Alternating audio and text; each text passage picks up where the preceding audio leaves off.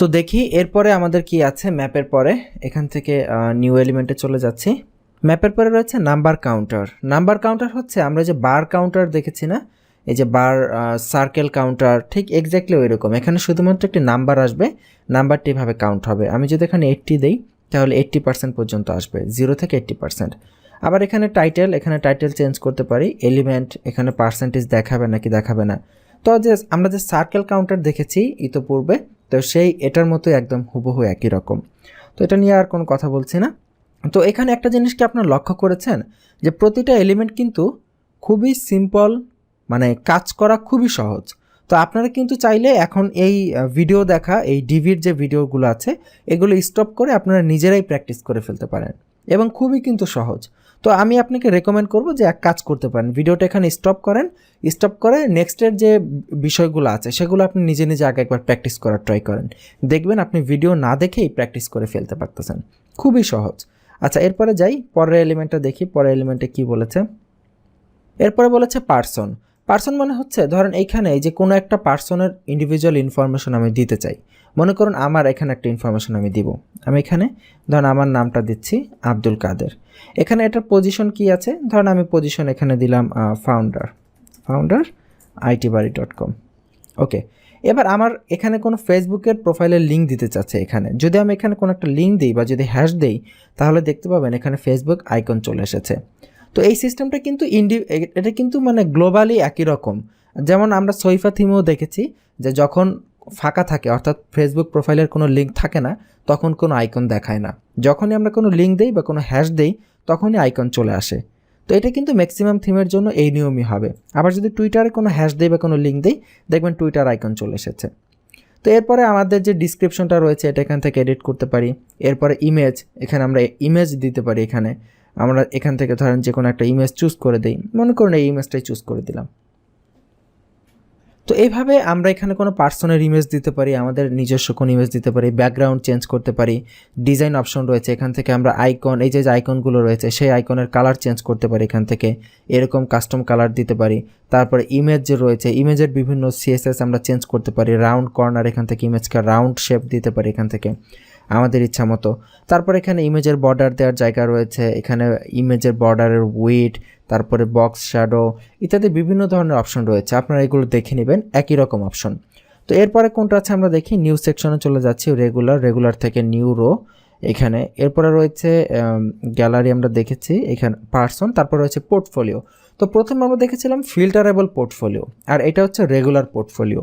প্রায় একই জিনিস, একদম একই রকম। দেখুন এখানেও পোর্টফোলিওগুলো প্রদর্শিত হয়েছে, শুধুমাত্র ডিফারেন্সটা কোথায় বলুন তো, ডিফারেন্সটা আইডেন্টিফাই করতে পারেন কি না। এই হচ্ছে আমাদের পোর্টফোলিও। আমি এখানে টিক চিহ্ন দেই। আচ্ছা দাঁড়ান, আমি এটাকে এডিট করি। আমি আপনাকে একটা দায়িত্ব দিচ্ছি, দায়িত্বটা হচ্ছে এই দুইটার মধ্যে ডিফারেন্সটা আইডেন্টিফাই করার চেষ্টা করবেন। আমি লেআউটটা গ্রিড লেআউট দিয়ে দিচ্ছি, আমাদের দেখতে সহজ হবে। তো গ্রিড দিয়ে ওকে দিলাম। তো এটা হচ্ছে একটা পোর্টফোলিও। আবার আমি যদি ওপরে চলে যাই, আমরা কিছুক্ষণ আগে যে পোর্টফোলিওটা দেখেছি, ধরেন এই যে একটা পোর্টফোলিও, এটা হচ্ছে একটা পোর্টফোলিও। দুইটাই পোর্টফোলিও, দুইটার মধ্যে ডিফারেন্সটা কোথায় বলুন তো। ডিফারেন্সটা হচ্ছে এই জায়গাতে দেখুন, সবার শেষের যে পোর্টফোলিওটা আমরা এখানে দিয়েছি সেখানে কিন্তু কোনো ফিল্টার করার জায়গা নেই, অর্থাৎ সকল পোর্টফোলিও এক জায়গায় ওপেন হয়ে গেছে। কিন্তু ওপরে যে পোর্টফোলিওটা আমরা দেখেছিলাম সেটা ছিল ফিল্টারেবল, অর্থাৎ ক্যাটাগরি অনুযায়ী ফিল্টার করা যায়। যেমন এই ক্যাটাগরিতে ক্লিক করলে এই ক্যাটাগরির পোর্টফোলিওগুলোই আসবে, আবার এইটাতে ক্লিক করলে এই ক্যাটাগরির পোর্টফোলিওগুলোই আসবে। কিন্তু নিচেরটাতে কিন্তু এরকম কোনো অপশন নেই, সেটা হচ্ছে ঢালাওভাবে সকল পোর্টফোলিও। তো এই হচ্ছে ফিল্টারেবল পোর্টফোলিও এবং নন ফিল্টারেবল পোর্টফোলিও বা রেগুলার পোর্টফোলিওর মধ্যে ডিফারেন্স। তো এরপরে দেখি কোন এলিমেন্ট আছে। তো এটা দেখার আগে আমরা সেভ করে নেই।